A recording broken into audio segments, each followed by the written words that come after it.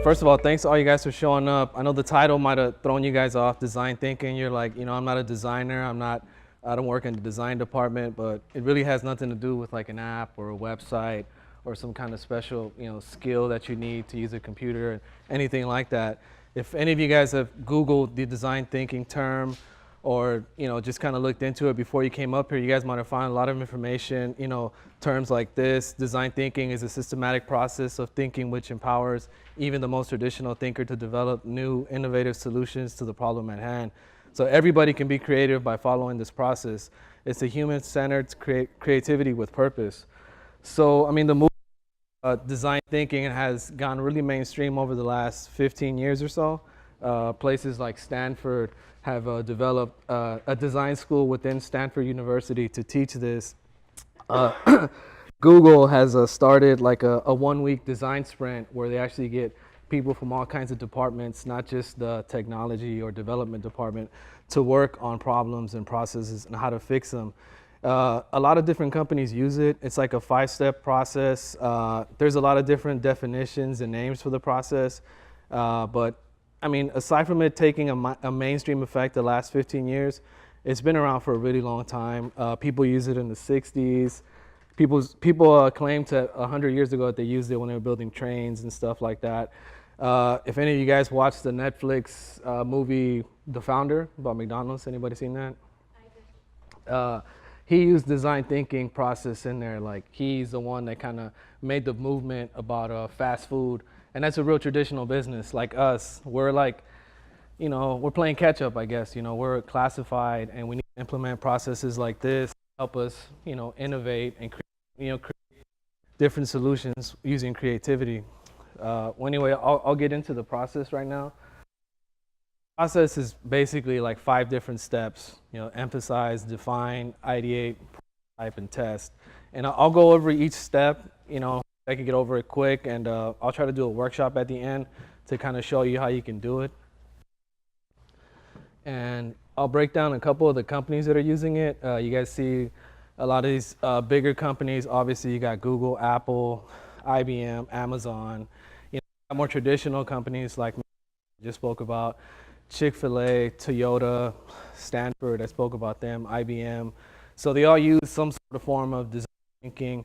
They all have definitions and different ways they do it, but they're doing it, and they're doing a pretty good job at it, I would say. So I wanted to show you guys a video real quick that was pretty inspirational that I saw about 4 or 5 years ago that involved Chick-fil-A. If any of you guys been to Chick-fil-A, the experience there is a little bit different than other restaurants. Okay. When Mark Mortakis approached us with the Set the Stage project, it was really the first opportunity for the innovation team to start applying some of the principles of the design thinking process. It started with kind of understanding what the problem was. When you're in the understand phase, it's really important to clearly define the problem, and the best way we know to do that is to have the right people in the room. In this case, we had the right mix of external people, the ethnography firm Point Forward, who did a lot of the initial research, and then we had people from operations, hospitality, innovation, all kind of pouring into the definition of the problem. In this case, the problem was pretty clear. Ethnography had uncovered the fact that we're sometimes asking our guests to sacrifice right there at the front counter. If you've been to a Chick-fil-A during kind of a peak hour, you've experienced this yourself. There's a lot of pressure at the front counter. There are people coming up to place orders. There are people who've already placed an order who are still standing at the front counter waiting for food. You've got people who've already received food, but they've realized they forgot to get a condiment. Or maybe they need a beverage refresh. All of this puts just undue pressure on the counter, creating this zone of chaos. So once you've clearly identified your problem, you're ready to create a design brief and then move to the next phase of the design thinking process. This is the imagine phase. Here's where you're starting to think about what could the front counter look like. It might be valuable to have a different group of people help participate in this phase of the project. What you're really doing is sketching and concepting. A lot of that takes place on the whiteboard or flip charts. But but you're starting to kind of create the vision of what the front counter could look like. And you're doing it in a really non-precious way where you can just tear it off or erase it and start again, draw some more. So as we started imagining, we started creating kind of new solutions for what the condiment counter could look like. How could we approach the need to refresh beverages in a different way? How could we break up this counter and allow team members better access out? All right, once you finish the imagine phase, you're ready to move to stage 3 of the design thinking process, prototyping. This is the stage where you start to actualize some of these solutions. You're starting to bring them to life in 3 dimensions.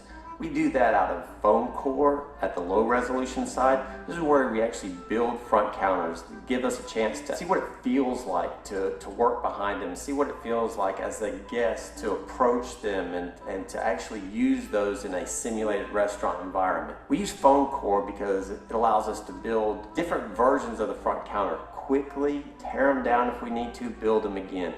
Eventually, we'll settle on 1 or 2 designs and then build them out of plywood or MDF, something a little more sturdy. In this particular case, we built 14 or 15 different full-size restaurant models over the course of 1 day. One of the benefits of working in the Innovation Center is that we had a steady stream of operators.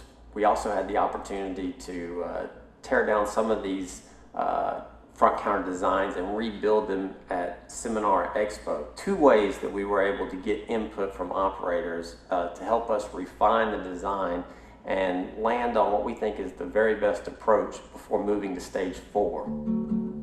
Stage 4 of the design thinking process is validate.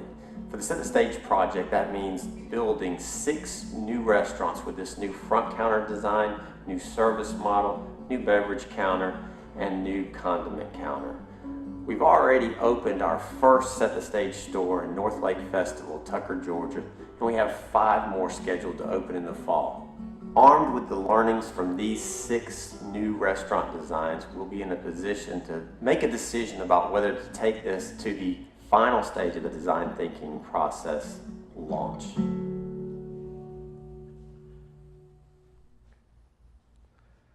So as you can see, Chick-fil-A, really traditional restaurant, decided that it was important for them to implement something like this for their new restaurants. And that was actually filmed and uploaded about 5 years ago.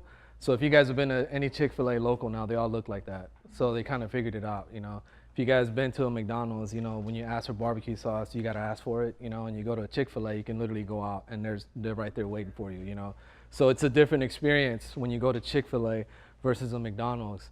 And it has really a little bit to do with technology, right? And you heard in the beginning how I said you got a lot of people involved. So they had actually Chick-fil-A customers come in, the people that work at the counters, the managers, they all sat around and built these, Chick-fil-A counters out of foam and different things just to see if it would work. And it looks like it did work. I think every time I go there, it's a great place. And I'll show you another case study that's more traditional as well too, similar to what we do here. It's actually done by Toyota. There's a book out if you guys are more interested in reading about 10 stories of how design thinking, how it solved problems. And one of the big problems that was discussed in this book was the Toyota call center. So the challenge was that Toyota owns Lexus and Scion, so they had all these different customers calling their customer support center. And the average wait time was about 20 to 40 minutes, so that just to get through and to get your question answered. And, after researching and asking some of these customer service reps why this was going on, they found out that the service reps had to use 13 different apps just to get the customer what they needed. They actually had to get up and manually pull files. They had to go talk to one of the more experienced peers. So, certainly one of the things they decided was that we need a better software tool, but they knew, that it would be a radical change. It'd be something big, if you wanted to do this at an industry, but they adapted it and they resolved it and they came up with a new process.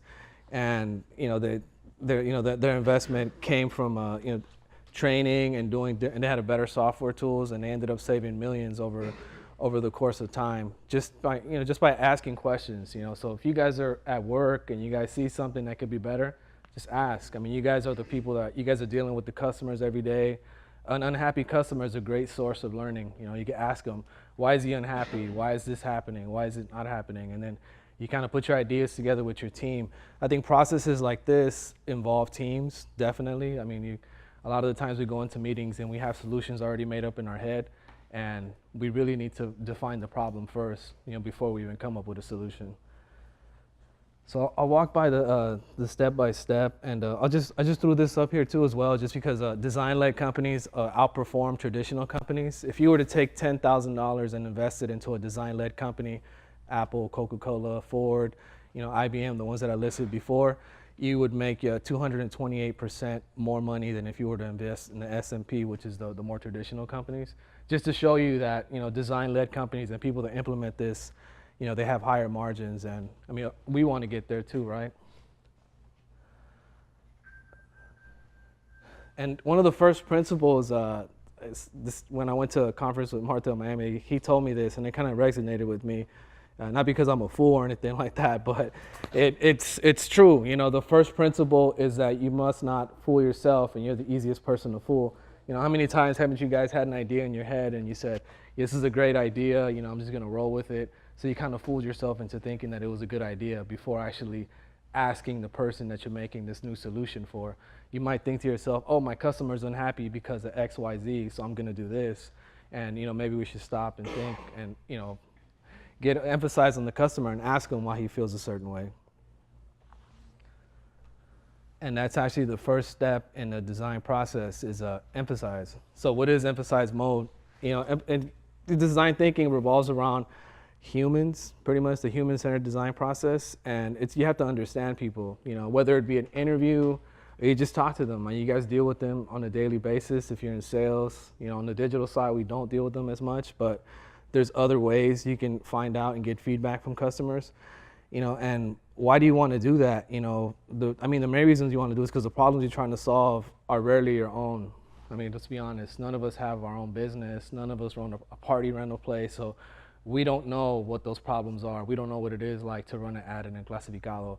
We don't know what it is like to have a website run by Más Clientes. So we need to ask them what they feel, what they're going through, what's their problems. And yeah, that's one of the reasons that you need to emphasize with the customer, and then you draw your solutions from there. So how do you do it? How do you emphasize? Observe, engage. Sometimes it's called interviewing, but don't really interview. Hold like a conversation with your customer. If he's upset, talk to him. Say, what's going on? What seems to be the issue? And then you watch and listen. You can combine both of these, and you're observe and engage, like observe what they're doing, observe what their daily habits are. If they're calling you, if it's the same problem over and over, try to engage with them and ask them, what seems to be the issue? Are we not tracking are we not getting your results? There's a lot of different things you can do. The next one is fail early to succeed sooner. Tim Brown, he's actually a professor at Stanford, and he founded Ideate. Ideate is a design school that he started when he left Stanford, and they're just consultants. They go out to big companies and they do stuff like this. They innovate. They see the company's problems and they try to solve it using creative methods. So the define mode is pretty much you've done your interviews already. You kind of asked your customers, what seems to be the issue. So as a team, and I urge you guys, if you guys ever want to do something like this, if you find something at work that you think you can fix, I urge you guys to get together as a team and try to define what the problem is. You guys ask different customers, get different context of what they're following. The goal of the define mode is to create something meaningful that can solve their problems. Because most of the time, advertising, you are solving people's problems. Advertising, you're trying to get them leads, you're trying to improve their business. So, and that's one of the reasons why we need to define their problems.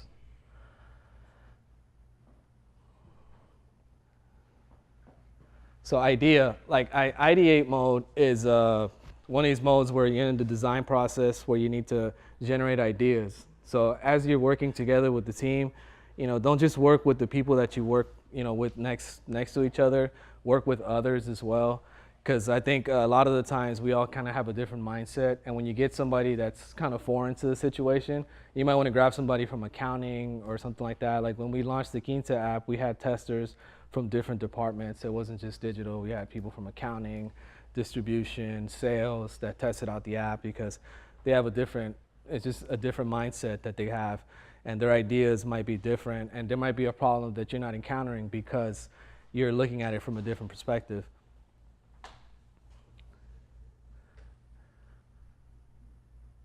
So how do you ideate? You kind of combine your ideas. You can brainstorm with your team, and just remember, no idea is a bad idea. The more ideas you have, the better, because at this point, you kind of want to put everything out there. If it's a really bad problem, you kind of want to look at everything. How are you going to solve it? It could be like the wildest idea there is, and it doesn't have to be. It could be the best idea, you combine it, but the technique is to build, and then you kind of build a solution to it, and you kind of test it. Before we get to the next step, which is testing and prototyping, I want to show you a video as to why it's important to test and prototype.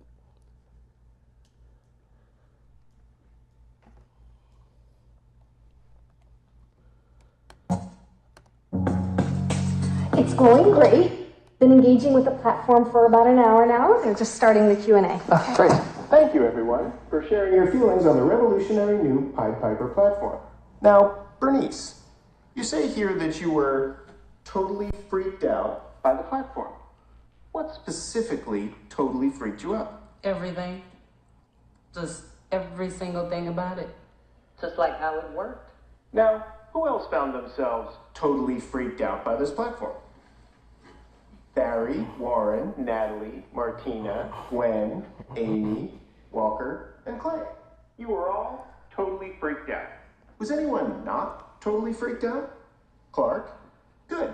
What was your reaction? It just made me feel stupid.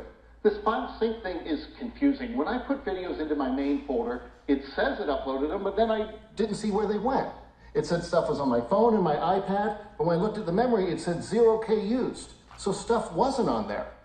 That's the platform. He's describing the platform and what's great about it. Well, clearly he doesn't get it. Clearly none of these people get it. Maybe this is a bad group. This is the 5th one today, and it's the least hostile reaction we've seen. Okay, well, everyone that I showed the beta to loved it. Loved. Oh, shit. What? Who did you give the beta to? Your friends? Engineers? Well, yeah, Monica. I wanted to give it to people who would understand what I'm trying to do so I could get useful feedback. And with all due respect, I give it to you, the one person without a computing background, and you said it felt engineered. Oh, shit. Yeah, you're trying to sell the platform to regular people, but you never actually put it in the hands of regular people. Like them.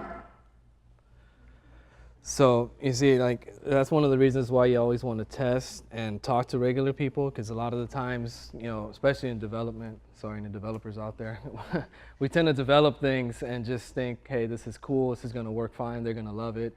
A lot of times it goes out, and that's not the case. You need to test it, and even if it is testing, like I said, with other departments, having them come over and get ideas back and forth. There's a lot of different ways you guys can prototype or test your different ideas. Let's see, my computer looks like it froze up. One of the ways you can prototype is just mapping out your idea. You can map out several different ideas, whether it be, I think for digital, it's a little bit easier to prototype, but with regular services, I think it's even easier. Just because if you work in the call center and you have an idea and you want to approach, Guillermo or somebody and say, I have an idea of how we should handle the phone calls or how we should make these appointments. You guys deal with them every day. You can try it on a customer or two and then get feedback. And that's like the best thing you can do. The feedback that you get here is probably the best. And, so why prototype? You want to problem solve. You have to build to think. So you're building and you're thinking at the same time and communicate, A picture is worth 1,000 words. If a prototype is worth 1,000 pictures, to be honest, if you're telling me you have a good solution, then I want to see it. I want to see it. Don't just tell me about it. Like, write it down. You could even write it down on a napkin. I was at a conference back back in April, and they had the head designers of Google and Riot Games and Adobe, and they asked those guys, when was the last time you actually opened up a design program and used it, like Photoshop or something? And all of them said it's been years. So what does that tell you? It's like the top guys don't even use, they just kind of write down their ideas and their process and they put it out to work. So don't be so hung up on, hey, it's not refined, it's not good, it doesn't look good. As long as you got it, a process, you put on a Post-it note, you got how it's going to work, what's your end goal, what you're trying to solve, then I think you'll be good. And remember, also too, remember the cost behind it. If you have an idea that's digital and stuff, the cost behind developing a prototype. So, fail quickly and cheaply. So do something that's quick, that's not going to cost. I have something when I work on clasificado.com with Steven. He's not here, but with Gabby too. They'll ask me to create something. We'll create something with the team, and I'll say, okay, I have 3 versions. I have a version that we could put out now. I have a version that we could put out in 3 months, and I have a version we could put out in 6 months, because I know the development process probably takes longer. But if it's a problem that needs to be quickly fixed, then you put out the one that you can fix now, and then you have 2 other ones, so you can kind of show your thought process behind it. And I think that's probably the best way to do stuff. It also saves money too.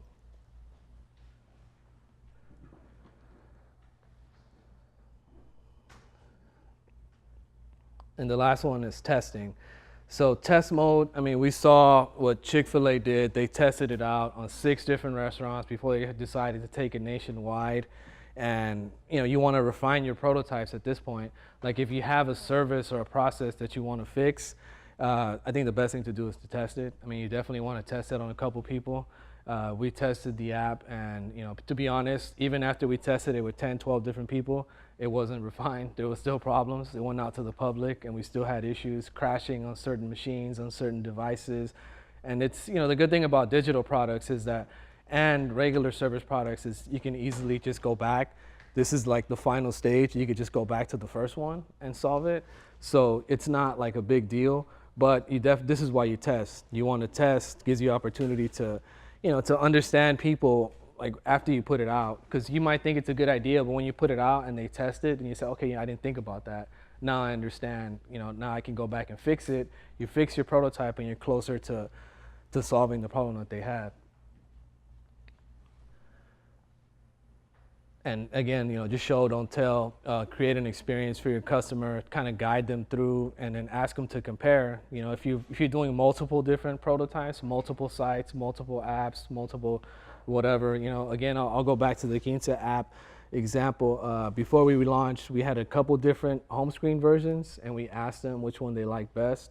And they gave us their feedback, and based off their feedback and our development timeline, we changed it to what they liked. And it was helpful, now we changed it again based on just analytics and stuff. Analytics is powerful too as well. So there's a lot of different things that you can do in the testing phase. So these are the 5 steps I went through. I'll share these slides with you because I didn't read them word per word because it would have taken a really long time. And I wanted to see if we can put together a quick workshop right now. Also too, I know just from past experience and working here in Clasificado, there's a lot of times where I go to events where they have speakers and it's like an all Spanish speaker, and I have a hard time kind of understanding some of the terminology they're using when it comes to business stuff. And I also understand, I see it on the flip side too. So, just to kind of cover this better, I guess you can say, I wish I could do this presentation that this guy did. Unfortunately, my Spanish is not that good. But here's a marketing point video. The guy talks about design thinking, and he covers the 5 stages in Spanish, and he has the terminology and stuff that can probably be better suited for some of us in the audience. So I'll play it for you guys. Yeah, there it goes. ¿Es design thinking? ¿Es útil para nuestra empresa? ¿Nos sirve solo cuando queremos diseñar un producto o también nos sirve cuando queremos tener una mentalidad innovadora en nuestra organización? Pues esto y otros puntos lo veremos en el capítulo de hoy. La primera persona que conceptualizó y masificó el design thinking para los negocios fue Tim Brown. Él en ese momento era profesor de ingeniería para la Universidad de Stanford y lo hizo mediante un documento que escribió para el Harvard Business Review en el año 2008. Brown actualmente es presidente y CEO de su propia empresa llamada Ideate, justamente especializada en innovación. Entonces, para conceptualizar y tener una idea mejor de lo que es Design Thinking, tomaré la misma definición que hace el mismo Tim Brown. Design Thinking es un proceso creativo en torno a la generación de ideas que permite balancear las necesidades de las personas con la viabilidad técnica y la viabilidad económica. También nos sirve para resolver problemas y generar altos niveles de innovación. Pasar solo del diseño a un pensamiento de diseño. El pasar de hacer diseños a pasar a un proceso de pensamiento de diseños es una metodología que nos sirve mucho, no solo para resolver problemas, sino también para llegar a altos niveles de innovación. Una parte importante que está en el núcleo de Design Thinking es que pasamos de concentrarnos únicamente en el producto a pasar a concentrarnos y tener foco en lo que son las actividades y las personas. Yo creo que este es un gran aporte de Design Thinking que muchas otras metodologías no consideran. Entonces, ahora que ya hemos hablado sobre los conceptos, vayamos entrando poco a poco a la metodología. Design Thinking es un proceso que consta de 5 etapas. La primera es descubrir de la gente, es decir, empatizar. La segunda es encontrar patrones, es decir, definir el problema. La tercera es idear las posibles soluciones, es decir, los principios del diseño. La cuarta es prototipar los modelos, hacerlos tangibles. Y la quinta es evaluar y testear los productos. Ahora vamos a hablar de cada uno de estos 5 pasos. El primero es descubrir de la gente. Y se dice descubrir de la gente porque nuestro foco son las personas, empatizar con las personas.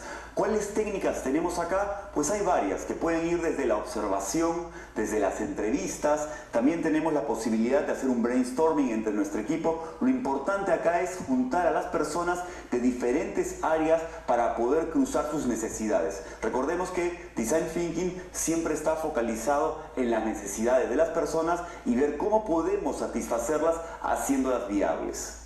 En la segunda etapa, que es encontrar los patrones y definir el problema, ya nos toca comenzar a encontrar las oportunidades para saber cuáles pueden ser los posibles problemas o desafíos que vamos a enfrentar. La tercera etapa es un poco más abierta, ya que aquí comenzamos a poner ideas sobre la mesa que nos permitan generar soluciones potenciales a nuestros problemas. Lo importante aquí es no poner ninguna restricción, ya que tenemos que pensar fuera de la caja. Tenemos que juntar equipos interdisciplinarios y evitar que hayan paradigmas y restricciones mentales lógicas que nos lleven a soluciones estándar. Aquí la creatividad es libre, todavía estamos en una etapa donde tenemos que crear. La cuarta etapa es prototipar, es decir, hacerlo tangible, hacer un prototipo. Un prototipo es el primer modelo de una secuencia futura de producción. Este prototipo nos permitirá pasar a la siguiente etapa, que es evaluar y testear el producto. En esta quinta y última etapa, lo que hacemos es probar en terreno las reacciones de las personas a nuestro futuro producto o servicio. Para esto tenemos que tener la mente abierta, pues las reacciones y la información pueden dar el go para seguir con nuestro producto, pero también posiblemente tengamos información de cosas que tenemos que mejorar y corregir. O también en un extremo nos dará el detente para parar el proyecto y decirnos esa no es la vía donde tienen que ir. Lo importante acá es tener la mente abierta y nunca poner paradigmas o pretextos de por qué se tiene que seguir o no cuando tenemos información del campo que dice lo contrario. Muy bien amigos, entonces para ir cerrando vamos resumiendo. En el capítulo de hoy hemos visto qué es Design Thinking, hemos hablado un poco de su historia y hemos visto también que es un proceso probado a lo largo de los años. También hemos hablado que tiene 5 etapas y por eso es un proceso. Son 5 etapas que nos llevan de forma ordenada a un pensamiento de diseño innovador. Y para seguir en contacto y conversando sobre esto que nos apasiona, que es el marketing y la innovación, los invito a suscribirse a mi canal haciendo clic en ese link. O también, si estás en tu teléfono celular, en la parte de abajo vas a encontrar un botón que dice suscribirse. También me puedes encontrar en mi Twitter, que es @AnurAguilar, o en nuestra revista, que es .demarketing.com. Mi nombre es Anur Aguilar y los espero muy pronto en otro capítulo de Marketing Point.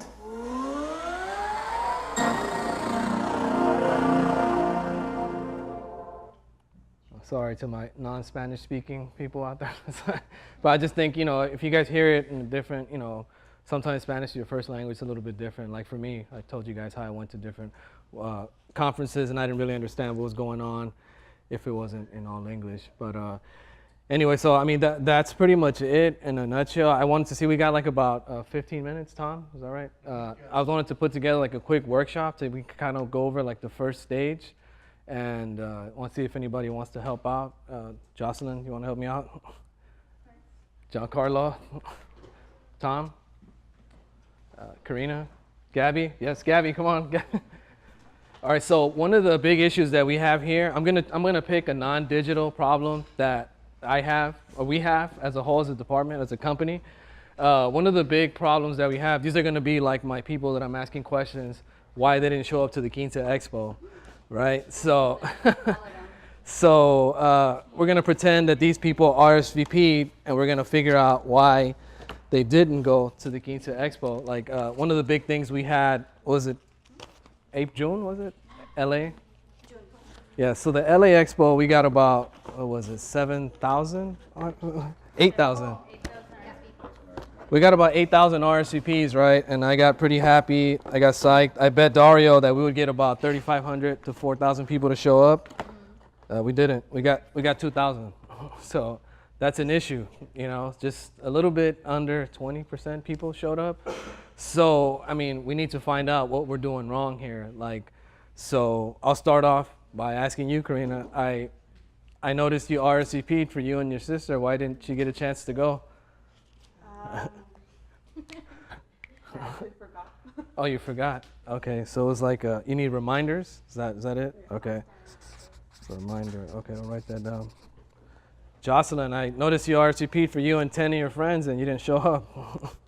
Yeah, our parents couldn't drive us to the place, and we're all 15 years old. So, Oh, transportation. Okay. Uber everywhere. Tom. Car broke down. The car broke down, so transportation again. My dog got sick. Your dog got sick. So just personal problems, right? So, and Giancarlo? I had a barbecue. You had a barbecue, so you had another commitment? Okay. Had to be food related. I'm glad nobody said anything food related. So, okay, so did you guys receive the email reminders? Yes. Yeah? Did you guys open them? You guys? Yeah, I don't check my email. I didn't open it. It went to my junk. So our email, is Terry here? Where's Terry? So our email, right? We need to revisit our email solutions. Okay. Did you guys have a quinceañera coming up, or did you guys want to just go to check it out? Or you guys actually? Yeah, we do. You guys do have a quinceañera. Everybody's having a quinceañera come up. My dog's 15, so I'm having a quinceañera. And I wait for us to the temple. Quinceañera. So you guys are all having quinceañeras. All right, cool. All right, guys, thanks. I'll ask for some more. Maybe the digital team come up here and help me come up with some solutions. Thanks, guys. Yeah, thanks, guys. Luis, Caroline, Edwin, Chad, come on. So, yeah, Rosalind too. She's más gentes. Let's get some people from sales too. Annabelle, can you come up? No, you, but you're coming up too. Anybody else from sales? Kara, maybe you come up here and help us.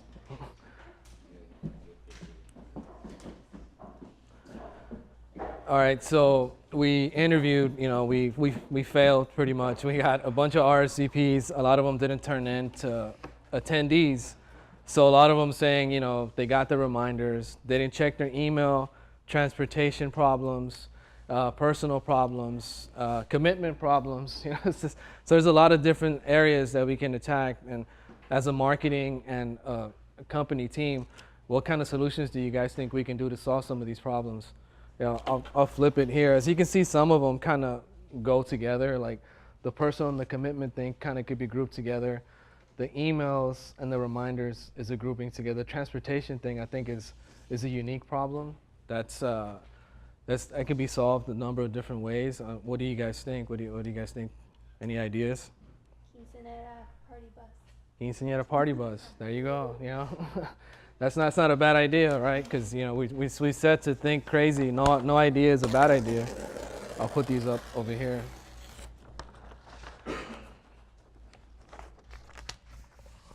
And I'll get a blank one. And you guys can write up your idea up there. You guys cool with that? Yeah. Okay. You guys put it on a post-it, or you guys can just write it straight out. So quinceañera party bus. Rosalind, what do you think? Maybe like a Uber code or something. Uber code, huh? That's good. That's what I was thinking too. Luis, Annabelle? There you go. See, she tricked you guys because she's been helping me do that. Yeah, that's one thing that we're trying to do in-house. We're trying to follow up with phone calls and ask these people, you know, to go. And from a sales perspective, what do you think we can entice people to show up for?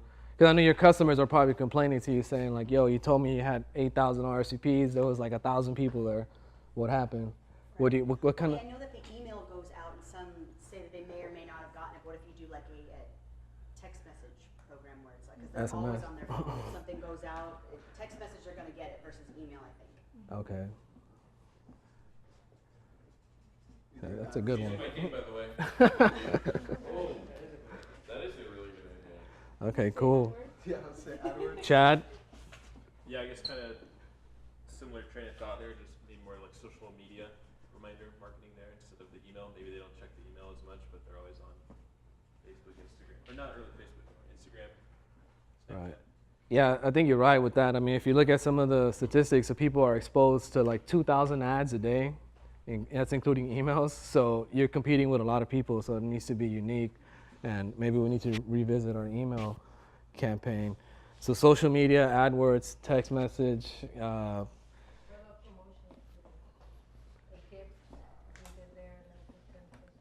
Yeah, gifts. So you want to let them know what we're giving away? Okay. Yeah, we kind of do it, but maybe if we made it a little bit more prominent, is that what you're saying? Yeah.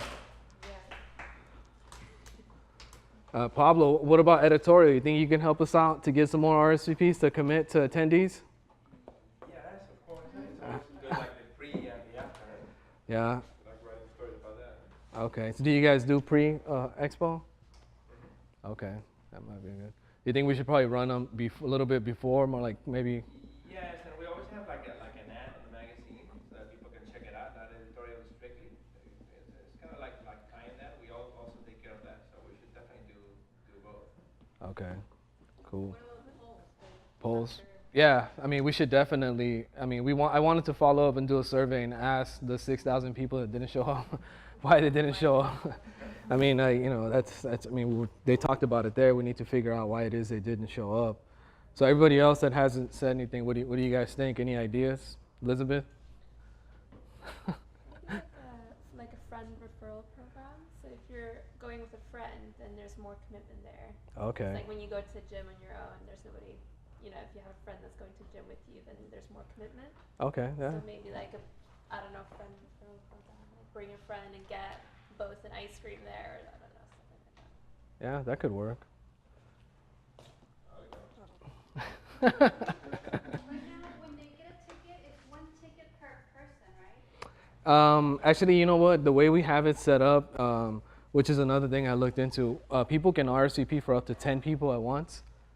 So I think that might be something we might change. Because I think we ask because when they get the ticket, each person has to scan it like 5 times, depending on how many tickets. Can it be one ticket for up to a family of 5?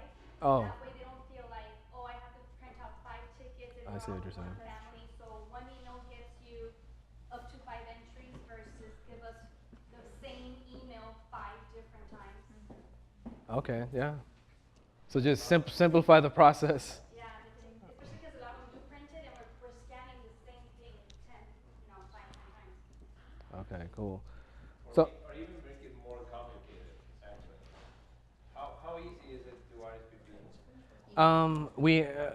In the beginning of the year, we did something that maybe doesn't work as well as we thought. We simplified it to the point where we just asked them for their email and their name, but it kind of hurt our analytics based on we don't know where they're coming from. We can't follow up with phone calls. So now for the last 4 expos, we're starting to ask them for zip codes. I was thinking I'll just throw out an idea to help us get better analytics as far as who's RSVPing. Maybe if we ask them, are you a parent? Are you a quinceañera? We're not asking that right now. And then we can kind of figure out maybe it's the girls RSVPing and maybe the parents are like, yo, I can't take you, we're busy. I think you get more commitment from a parent. I don't know, it's just If you have to fill out more form, it's a longer form, it means that you're really committed. Exactly. Otherwise you won't do it. And when we send out the attendee surveys, it's a lot of the moms filling that out. So maybe it would be good to know who's RSVPing versus who's actually attending. Right. Okay. Now we'll see you guys just kind of solve. I'm gonna take next week off. You guys did all this for me. A band? Like music? Okay. Giancarlo. So you're saying like a more added value, like entertainment type of thing? I think something came up that Veronica asked me during the week. What if we put like a list of who's going to be there as far as the vendors on the website? Maybe that might get them excited. There might be certain designers they want to see, something like that, you know. We should also do recaps like at each expo afterwards, so they can see like the highlights of what's going on. Yeah, we can engage them more. Okay. I'm looking forward to what upload them on YouTube. Okay. They used to do that, but they don't do that. So, okay. So just do more follow-up, social media, emails. It's like when there's a music festival, one year they make a video of all the cool things that happened, and then they use that video to promote for the next year. Yeah. Okay. Yeah. All right. Well, I mean, I think you guys kind of see like what the process is now. I think from here, you know, we would implement some of these. Like, I really like the transportation idea. Like, the party bus could be something we could partner up with a limo service or something. Maybe they could pick up a few girls. That'd be great. You know, maybe the girls, somebody won and they could take their friends to the expo in the limo. So we'll find that out in the prototype stage, right? Yeah. So, I mean, yeah, but you guys kind of see the idea, right? So we're doing something that's non-digital, like more traditional type of problem solving where it applies to anything, you know, whether you're working in a call center where you're dealing with customers, you're a salesperson, or, you know, you do work on the digital side. So there's a lot of things you can do, and, you know, getting together as a team. Everybody here or that's helped so far doesn't work directly with Quinceañera, and you guys had some really good ideas. So, I mean, thanks. I mean, the next step, like I said, the next 2 steps would be to prototype and test some of this stuff. And I do like some of these ideas, and I'll go back with the team and I'll let you guys know how it comes out. I'll send you guys the slides too and some of the links to the videos. I'll put it on OneDrive and you guys can check it out. But definitely, you know, just think innovative. You know, when you see something out there, don't, you know, you come up to one of us in marketing or anybody you see here. Gabby, I always ask Gabby for advice. She's really good at stuff like this. So thanks for coming out, guys, and thank you guys.